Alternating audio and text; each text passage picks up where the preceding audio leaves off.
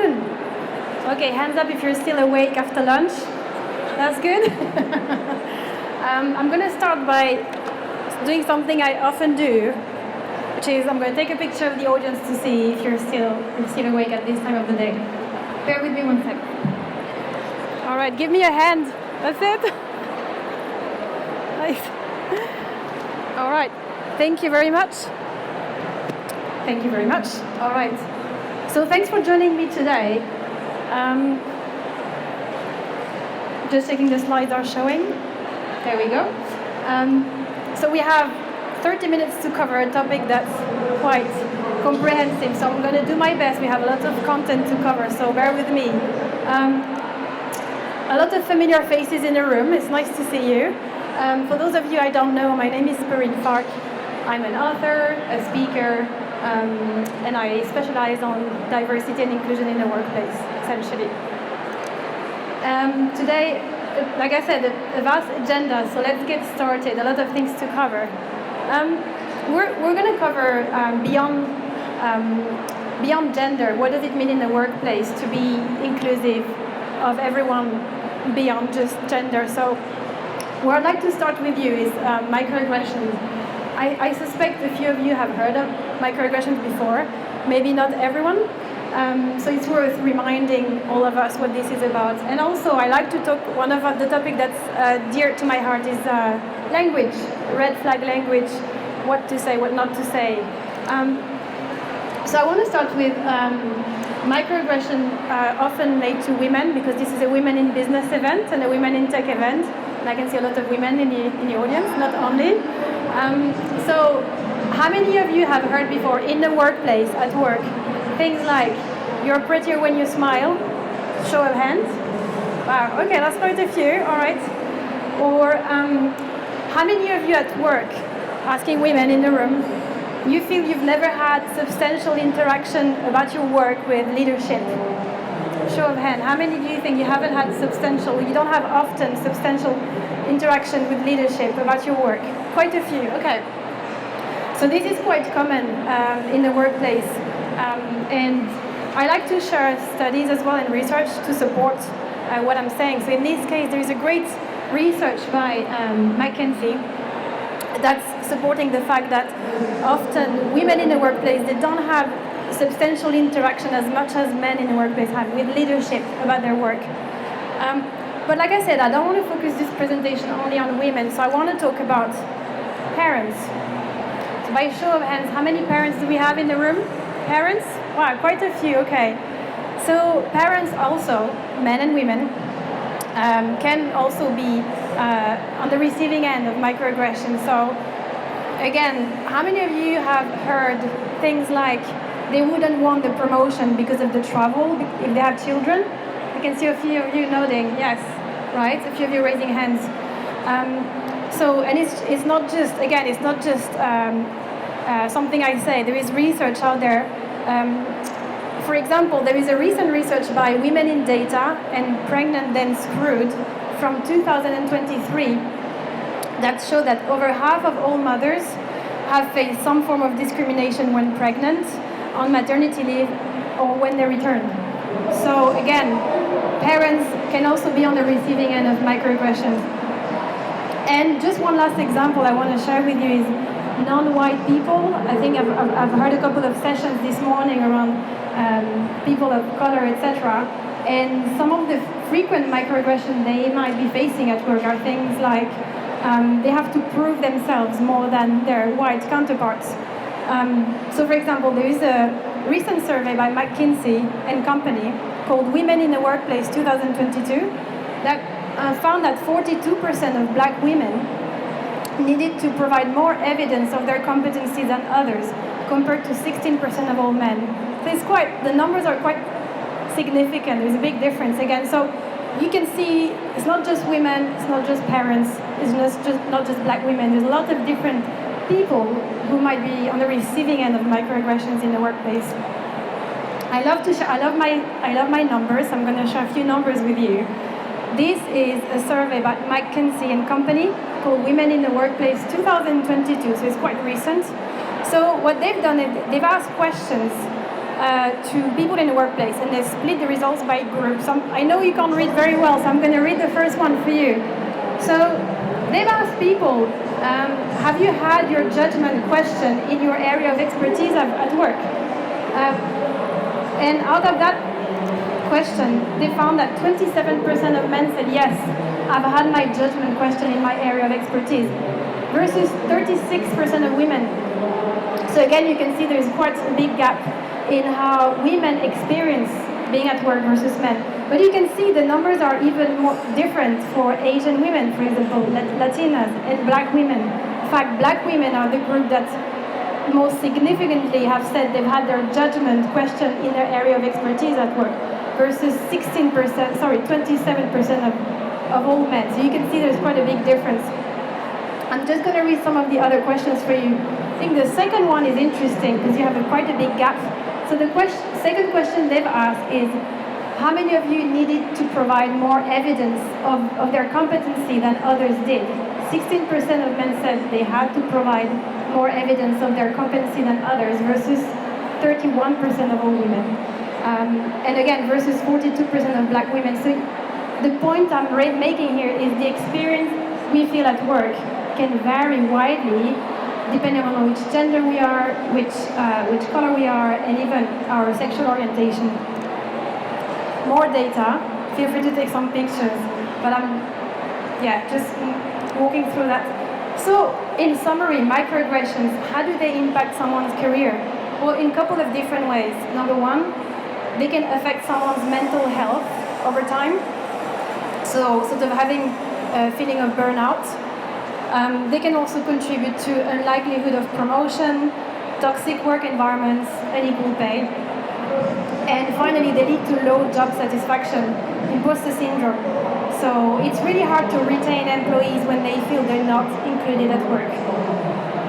Some of the ways some people might behave when they are on the receiving end of microaggression, they might either overperform. So raise your hand if you feel you often overperform because maybe there is imposter syndrome. I think, quite a few of you. So you feel you constantly have to prove yourself, constantly have to over-prepare. I know a lot of women in the room. When you have a presentation, you will stay up late the night before, make sure everything is perfect, sort of, over-preparing, overworking. And that leads to a feeling of burnout. But some other people, they might do the opposite. They might underperform. They might do things like flying under the radar, do the bare minimum. Maybe they don't speak up in meetings because they just don't want to be part of this toxic environment. Or sometimes some people might procrastinate. They might avoid taking on a new opportunity at work, or they might end up in a perpetual state of inaction, never starting or never finishing something. And what are some of the harmful impacts of microaggression at work? Well, like I mentioned before, it can lead to a toxic environment. It can disrupt productive team dynamics. How many of you have at work felt that maybe it was not as productive as it could be because of microaggression, and some groups were not as included as others? Again, I see quite a few of you. Yeah. Or even it can obstruct effective leadership. It's really hard to be an effective leader, an effective mentor when there's a lot of microaggression in the workplace. So what can we do? Okay, what can we do to avoid microaggressions in the workplace? There are quite a few simple steps that we can all take. So number one, accepting that microaggressions are real. Some people may feel that microaggressions are an exaggeration, they don't really exist, they haven't seen them, so therefore it can't exist. So really the first step is accepting they're real. And if some colleagues don't believe you, you can share some of the data I've just shared with you. Then you can do things like creating a forum for discussion. Host discussion groups, host a lunch and learn on a Friday around microaggression, what they look like, things like that. And finally, stand up against microaggression. I know that one is hard because sometimes when you're witnessing something at work that's microaggression, it can be hard because you might not know where to start. But if you take the first step and say, hey, that's not okay, or hey, that joke was not funny, things like that, you set the tone and other people will follow you. So that's very important. I talked to you about language. red flag, what I call red flag language at work. And I'm going to let you read here some of the most common red flag language phrases you might have heard at work. How many of you have heard at work, she or he wouldn't be a culture fit? A show of hand. Quite a few, yeah. I think sometimes I get the question, wait a minute, why is this a red flag language? Like, why that person is not a culture fit? Well, the very fact that we mention culture fit, it's assuming that there is a certain mold, a certain stereotype that everybody has to fit into. So instead of talking about culture fit, I always like to talk about culture add. What do they have that we don't have in the team? What can they bring to the table that we don't have? So those are some of the common red flag language that, if you hear them, that should raise a little red flag in your mind, and you should probably have a discussion with your team about that. I think it's really important to also talk about positive intent, because often people say, well, okay, that person made a joke at work which, offended the other person, but, he or she had very good intention. So if she had good intention when she made a joke, that's okay. The problem with that is that we almost give people a get out of jail free card. So it's almost okay, they can do it again and again and again because they have good intention. So that doesn't really help. Instead of focusing on positive intention, we should really set the rule around demonstrating positive behavior in action. I want to talk a little bit about meetings in the workplace because that's where most of us spend our time in meetings. Love them or hate them, we do a lot of meetings. And I want to share this statistic with you. It's a survey from 2017 called Justice Interrupted, the Effect of Gender.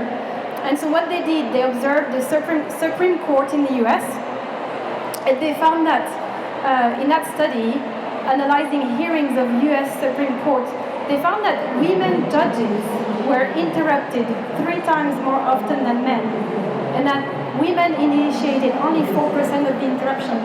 So interruptions in the workplace are a real thing, even in the US Supreme Court. So things we can all do to help to improve this sort of dynamics is, one, when someone is interrupted, just say you would like to hear them finish. It's quite straightforward. So if you see someone is getting interrupted, I'll just say, wait a minute, I'd like to hear him or her finish. If you see someone struggling to get into the conversation, say you'd like to hear their point of view. That one I've seen is very efficient. To say, can I hear what Helen thinks about that? It's pretty straightforward. If you see someone who is a repeat offender, someone who interrupts a lot in meeting, maybe take them aside after the meeting and talk to them about that. Hey, I've noticed, sometimes you interrupt people and some people struggle. Is there something we can do about that? Or you can also, some people they nominate a gatekeeper to keep the conversation on track. Say, all right, let that person finish. Those are just a few ideas to push back on interruptions. How many of you have heard the term idea hijacking? Show of hand. Okay, some of you, okay. So for those of you who have not heard of it before, it's, let's say, a person of color or a woman say something insightful in a meeting, only to have it dismissed or ignored. And the same idea is repeated by someone else after, and everybody praises the idea. That's idea hijacking, and that does happen in meetings. So again, the idea here is to try and repeat ideas from people from previous meetings, and really create a culture of credit, even if the person is not in the room. So give credit to the project owner often, and that's going to create that sort of culture of credit. Now we talked about meetings, so I'd like to talk about sort of meeting housework and misdirected questions. So meeting housework, things like taking notes, scheduling a follow-up meeting, clearing coffee cups after a meeting. Women tend to absorb a lot of these tasks, and I know I've done a lot of that. I've taken notes, I've scheduled the next meetings. I even volunteered. I often volunteer to do that. So the problem with that is that not only is it not part of the job description, but people who do that over and over, it affects their career because they have less time to focus on their actual work. And it ends up also sort of the perception that their colleagues have is that they are just the note taker, they are just the meeting scheduler. So it really doesn't help with the respect at work. So, and it's the same for misdirected question. Sometimes people who are the experts in a specific topic in a meeting, they get asked questions about another topic just to be tested. So things like that is worth noticing them, being aware of them, so that we can take action and create a more inclusive environment. So I've covered a lot, so I just want to do a quick checklist with you. Things you can do, amplify and advocate in meetings, cultivate a culture of credit, challenge yourself to notice and take action when interruptions happen. Encourage everybody to identify the originator of the ideas, push back on off-topic questions, and take note of how attendees arrange themselves in meeting room. So when you start doing that, you start becoming an ally. So becoming an ally to people who need support in the workplace.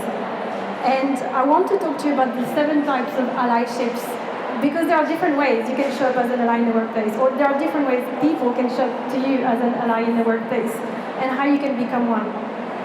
So some of the characteristics or traits of some of the best allies I know, they constantly learn. Like they come to this event and they sit in this room and they listen to sessions like this. They understand that their perspectives are shaped by their own experience. They learn other perspectives and they adjust their mindset. And they are open to learning, improving, and changing their opinions. So those are some things you can start thinking about, for example. And I just want to share with you different ways you or your colleagues can show up to you as an ally to support them. Some people have different personalities. Some people are more extroverts. Maybe they'll be more sponsors or champions or upstanders, meaning that they will be very vocal in meetings, they will advocate for someone to be promoted, etc. Some people are more introverts, and maybe the way they can show up as allies, they can be confident, they can create a safe space to speak. Or some people are scholars, so they like to learn, so they will learn from people who are from a different gender, a different ethnic background, different age group, etc. Those are just the reason I'm sharing that with you is you can pick and choose which one comes more naturally to you and which one you think you can work on. And because this is a Women in Tech event and this is a Women in Business event, I'm just going to show some ways that you can show up to be a great ally to women. Women can support women, men can support women. So things you can do is you can listen to them, speak up for them, learn about them, sponsor them, champion them, amplify their voices, advocate for them, and create a safe space for them. So as you can see, there are lots of different ways you can show up. I want to spend just 1 minute to talk about paying attention. So why do I talk about paying attention? Because in allyship, it's really important to create an inclusive space. But the trouble is that we are, as human beings, we're hardwired to spend time with people who are just like us. When I look at my group of friends I spend the most time with, they are the same age as me, they are the same gender as me, they have the same background as me, they have the same socio-economic background as me, because it's called convenience network. We all do that, we all have a tendency to do that, and so it's easy, it's convenient, that's what we do. The trouble with that is it doesn't really help us challenge some of the biases we have. And I have bias. Sometimes I catch myself saying, why do I think this way? Maybe it's because I haven't spent enough time with these people. So the idea is to try and be more intentional about creating a more diverse network of people in the workplace and outside of the workplace.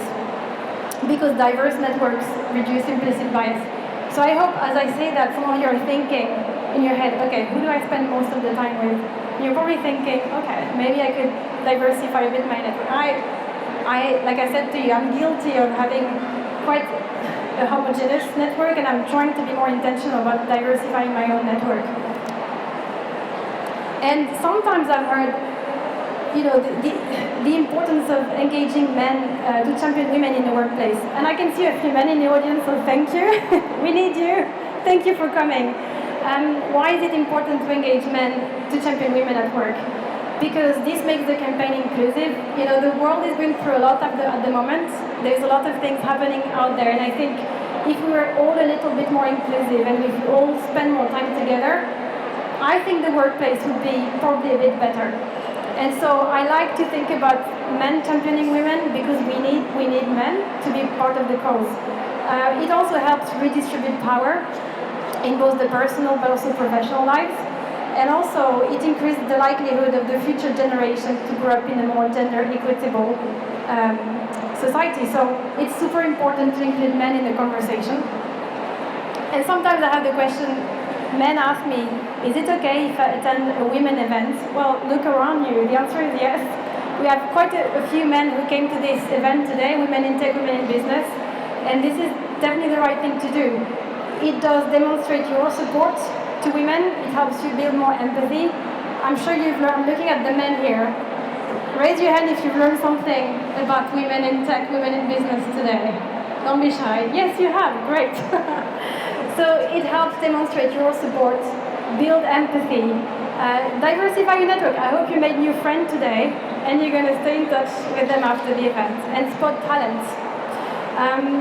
So some of the things to do just to make sure, of course, if you're going to join a group, for example, a women in tech group, you know, ask them, is it okay if I join? Be clear on your intentions. I'm here to learn and become a better ally, and be prepared to listen and learn. We talked about diversifying your network, so I won't spend too much time on that.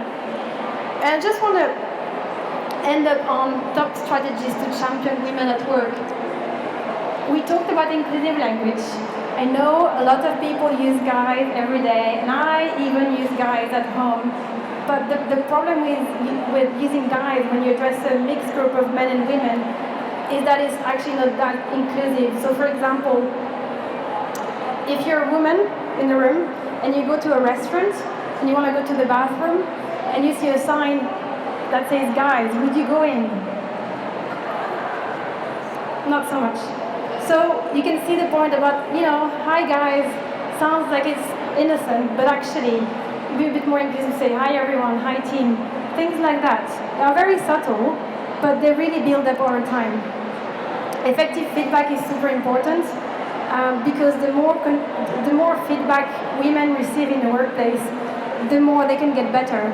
And feedback is a two-way street, so really, women in the room, ask for effective and equitable feedback. We won't have time to run into the details here, but there's vast survey that demonstrate that women's feedback tends to talk about things like being helpful or being supportive or being very nice to work with. That doesn't help you get promoted. So when people give you feedback about she's very helpful, she's very supportive, she's very nice, push back and say, okay, how did I impact the business? Because you want to get more quantitative feedback that's going to help you get promoted. Things you can do as well is be an active supporter. So if you hear of an opportunity for what I call glamour work, which is working on a high visibility project with management, and you know they're looking for someone, ask, can she join the work, can she join the project? Or if you hear there is a speaking opportunity, for example, ask if a woman in your team can join and speak.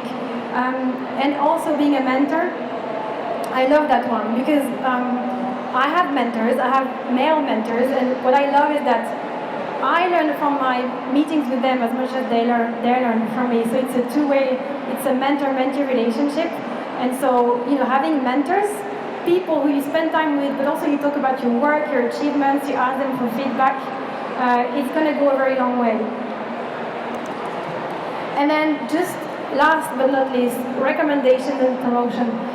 Again, we won't have time to dive into the details today, but a lot of the time when women ask about recommendation, they get sort of a half kind of mild recommendation, like, yeah, she was good, yeah, but she was okay.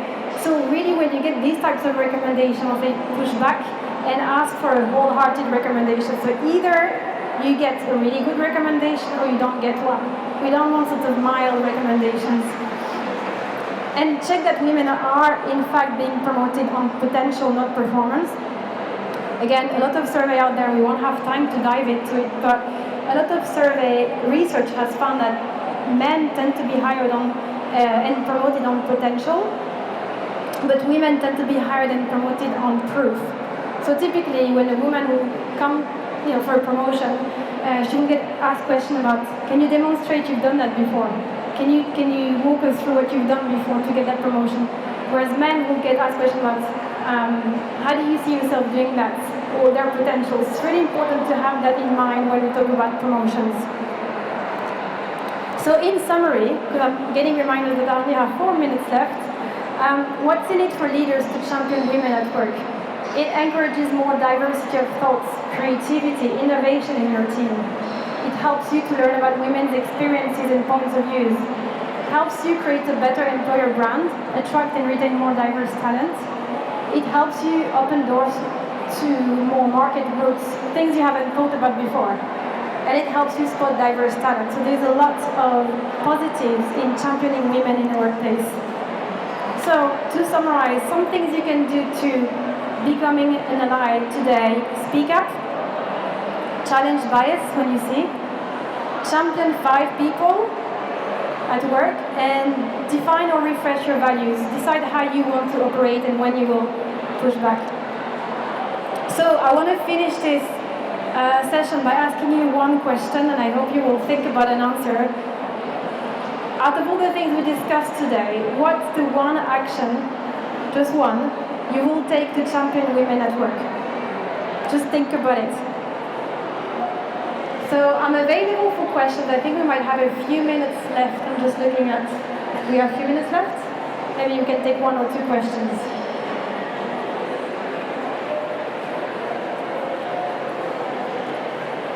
One question here.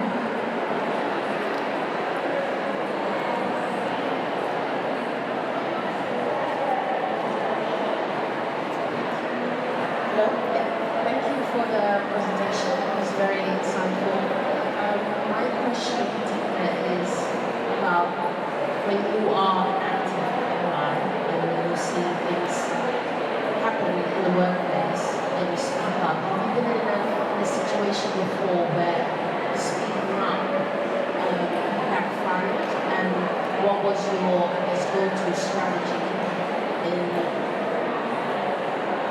navigating conflict or your go-to conflict resolution method? Yeah, it's a good question. So if you haven't heard, it's about backfire. Speaking of backfire. I guess it can. So some of the advice I guess I would give is, first of all, I'll try to do it in a one-to-one setting. So if I would speak about something I see, I wouldn't really raise it maybe in a group setting. Try to find the right place and the right time, and either take the one person to a side and try to speak to them. I wouldn't raise that in a group type of scenario because it could make people feel a bit that's not the right place. If that doesn't work or if that backfires, escalate to HR, which is it's always something you try not to do, but if you do like as a last resort. I like to think if it's a healthy work environment, they would take it seriously and do the right things. If it's not a very healthy work environment, they might just put it under the carpet and say that's not that important. So sometimes it can backfire, but I would say from what I've seen, when it backfires, it's not a very healthy work environment. So try to find another job if you can. One more question.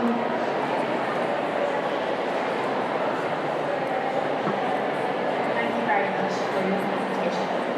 I'd be very interested in getting your advice on sometimes the internalized misogyny actually amongst women in some workplaces. So I'm speaking, to be honest, of personal experience of women that have actually been above me and maybe line managed me. Yeah. And I've always been so surprised by the lack of support that some women have actually given whenever me and my friends or colleagues on a peer level being so incredibly supportive of one another. What advice would you give to actually, I don't really know how to word it right, but I just was wondering what advice that you would give in that situation? Yeah, I think the question you're asking is what if some women are not very supportive of other women? Yeah, and it does happen. The one advice, I don't know how much time I have, the one advice I would give is try to find something you have in common with the person. I know it sounds strange, but try that person who is not very supportive of you, who is a bit, not here. Try to find what drives her. What is she? Does she want a promotion? Does she want to get the next big job? And try to find what you have in common with her. You'll be surprised sometimes when you find that one thing you have in common and you align to that, things can happen. So that's the advice I would give. Not always possible, but sometimes it is. Time out.